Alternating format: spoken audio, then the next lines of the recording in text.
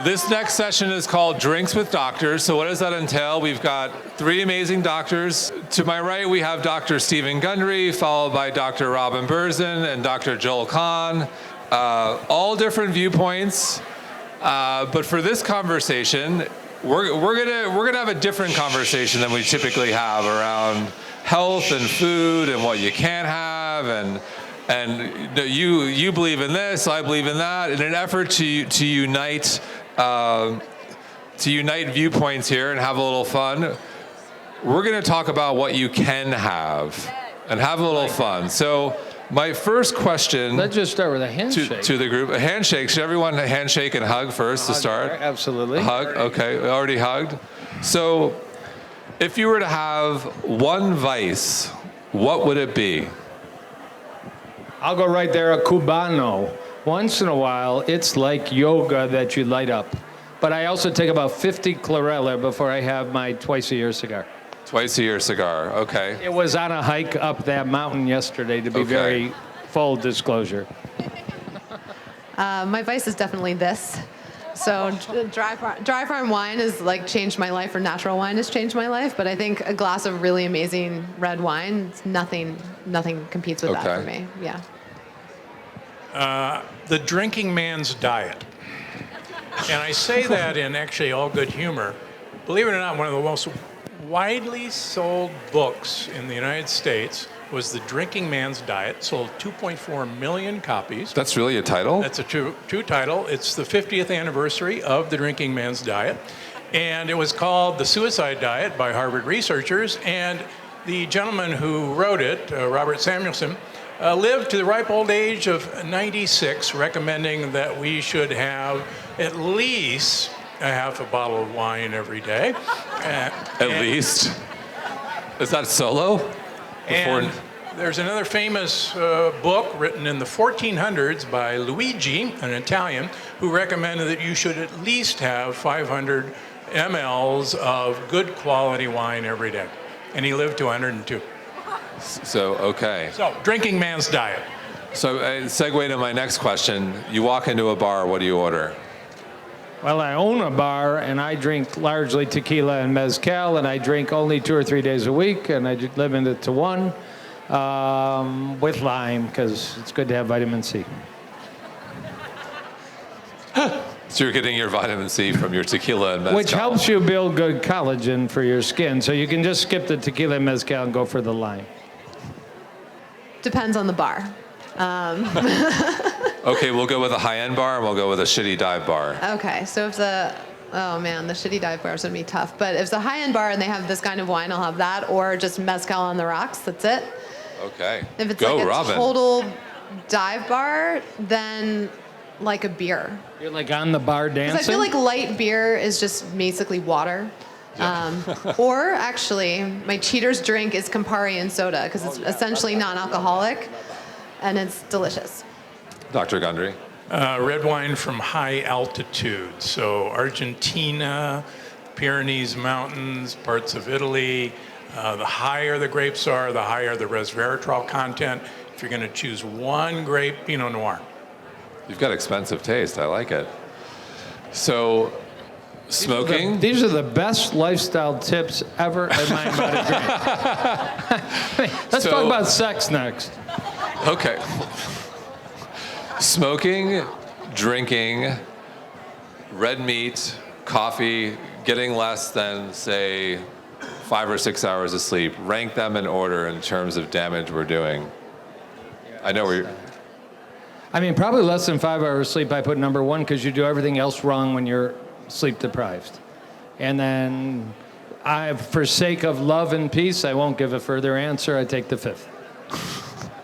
I won't drink a fifth, but I take the fifth. You take it home to drink it. What do you think, Robin? I would put smoking as number one still, but after that I would put sleep. I think that the damage that's done to your brain over time, we heard a lot today about how sleep is when your brain takes out the trash, like the metabolic trash of doing its work during the day. And if you don't do that, the oxidative stress creates damage over time. And then also, you're essentially like pre-diabetic the next day after a bad night of sleep, because you're not able to control blood sugar, body temperature. So I would say smoking, then poor sleep, then alcohol. What were the other two? I'm lost. Meat. I forgot already. Meat. I've Red got meat. brain fog. And meat and bread. Meat and coffee. Coffee, yeah. Meat and unprotected sex. Something. Meat then I don't coffee. know. You always got to go there, Joel. All right. I want to bring sex to mindbodygreen. Sorry. So there are two populations in the world that smoking appears to have absolutely no effect on their longevity or their cardiovascular health. That's the Catavans and the Acirolis in Italy, who are both incredibly heavy smokers, and they have absolutely positively no cardiovascular disease. Now, the reason they don't is that they have an incredibly high antioxidant diet, particularly in vitamin C. And some of my early research showed that the defect in smokers that causes coronary artery disease is actually a breakdown in collagen in the blood vessels that is repaired with cholesterol. And so, as Joel and I know, smokers have proximal lesions of coronary arteries, and the rest of their coronary arteries are gorgeous. So these two groups have beautiful coronary arteries. Nicotinic acid, is really good for you, as we heard earlier today, in niacinamide. And nicotine is great. It's the delivery system that's unfortunate in our country. Right. I think we need to say, do not try these lessons at home. But I like that because I think the point is that everyone's a little bit different. So people always ask me, is alcohol good or is alcohol bad? We hear that it increases longevity and that it's good for cardiovascular health and that resveratrol is antioxidant. And then we hear that all of these true things, right? It interrupts your ability to achieve REM sleep and have a deep sleep. It is metabolically a problem. It's dehydrating. It depletes you of nutrients. And it's a carcinogen, right? It creates a substance that damages the liver and is over time going to give you cancer. So what do you do with alcohol? And I think to Dr. Gundry's point about this group of people being able to apparently smoke cigarettes and repair, it's all about your ability to repair. So are you repairing? Are you putting in the nutrients to your body that allow you to repair? Are you taking time off from alcohol? One of the biggest things that people tend to do if they do like to drink is they'll drink a little bit every day. And that is one of the things that I find absolutely sinks people's health. I always advocate for all of our members at Parsley to take at least 3 days a week off, at least 1 day a week between, or 1 day between Sure. any time you're drinking, so that your body actually gets a chance to heal. Because if your body's always fighting an inflammatory or toxic insult, it never gets to have that repair time, no matter how much good stuff you're putting in it. So I think it's that toggling on and off and Sure. understanding how you tolerate any of these vices, because ultimately you have to live that experiment. We learned that in Karate Kid. Mezcal on, mezcal off. Mezcal on. So you guys all travel, and part of the enjoyment of travel is trying new foods. What's something you would eat on vacation that you would not eat at home in your normal day-to-day? I just got back from France and Italy, and I actually ate I want to start traveling with you. And I actually ate pasta in France and Italy, but I took my lectin shield. But it was pasta is a delivery device for polyphenols in all of these countries. And we forget that. There's no such thing as a never-ending bowl of pasta at Olive Garden in Europe. Pasta is a first course, and it's a delivery device to get vegetables and olive oil in you for the most part. I'd say a trip to Israel, I'd eat pomegranates and cactus fruit called sabra in Israel, which we see on all these cactuses here. And incredibly rich in antioxidants and arterially friendly polyphenols. So that would not be on my normal diet, to take the time to clean a pomegranate or find a cactus in Michigan. It's unusual. After a little dry farm's warm, you see them, but you don't harvest them. For me, it's definitely the bread and the cheese. Like, those things make me break out. So vanity's an incredible motivator to not eat something. And if I'm going to go to Europe or somewhere that has incredible bread and cheese, I'm just going to say, fuck it. And it's worth the zits. Okay, did you hear that? Matcha or coffee? I mean, have you been to Matcha Chacha in New York? I mean, my God, that's a fun place. So I guess if I was in New York City, I'd go to Matcha Chacha, let them make me a matcha latte. Because really good matcha takes a little skill. Yep. I think people feel really different on both of them, and I think you should run that experiment for yourself. Like, I actually feel more revved up on green teas and matchas than I do on a double espresso, and I find that energy balance is like completely different. I don't like how I feel on it. So I don't think that one is necessarily better than the other, but I think different types react to different people. I have a lot of black coffee in the morning, and then I switch over to green tea and mint tea throughout the day. I drink about 5 cups of that.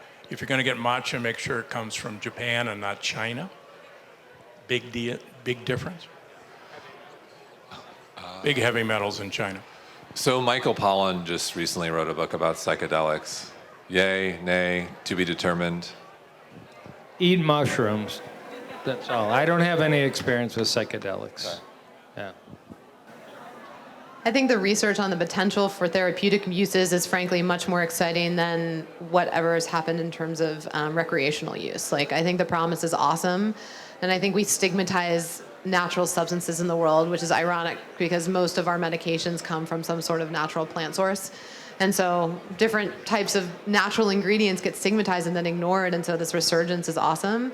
And again, but I'm much more excited about them for therapeutic use than the recreational. Yeah, I agree with you, Joel. And the more mushrooms you can eat, the better. So we have time for 1 or 2 questions.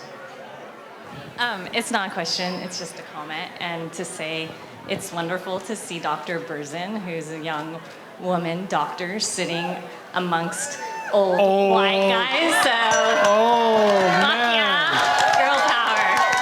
Thank you. That was a great question. Yes. I love it. Amen.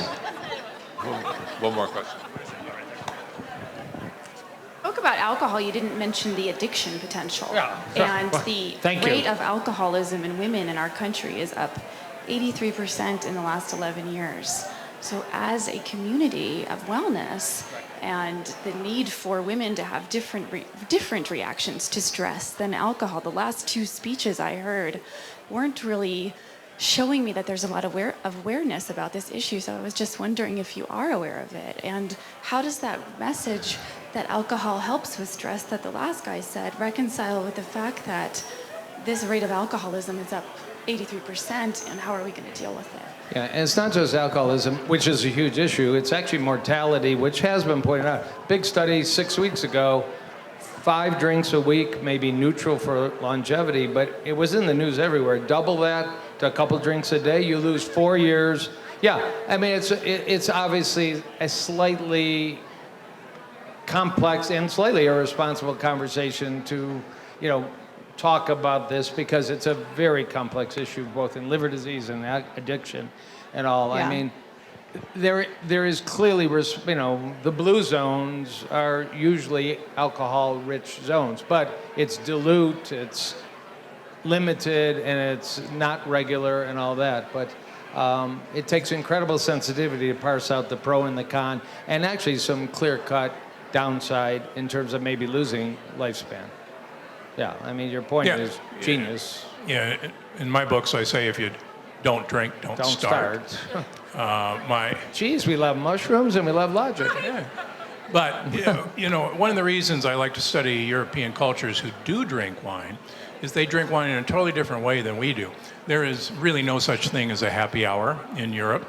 Wine is a beverage that's served with a meal, and it's a totally different experience in traditional. I go to little villages and find out what they do. There's no happy hour. There's none of this. It doesn't exist. And we use wine as a social activity. And one of the things that the dry farm folks point out very well is we have incredible high alcohol content in our wines. And what most people don't know is there are a lot of winemakers of very popular wines. I'll name one in particular that I know very well, Rombauer, who actually add sugar to their wines. And in California, Rombauer Chardonnay is the #1 preferred drink of women in California. And it's the sugar content and the alcohol that's the bam that's addictive. Well, Can I say one thing? Sure. Dr. Gundry likes mushrooms so much, I think he's a fun guy. Wow. That is a high compliment indeed. Thank you. We're both U of M trained cardiologists, buddy. Wow. Blue. Thank you, guys. So we're going to take a couple minute break and then come back and do the closing ceremony. So thank you. Thank you.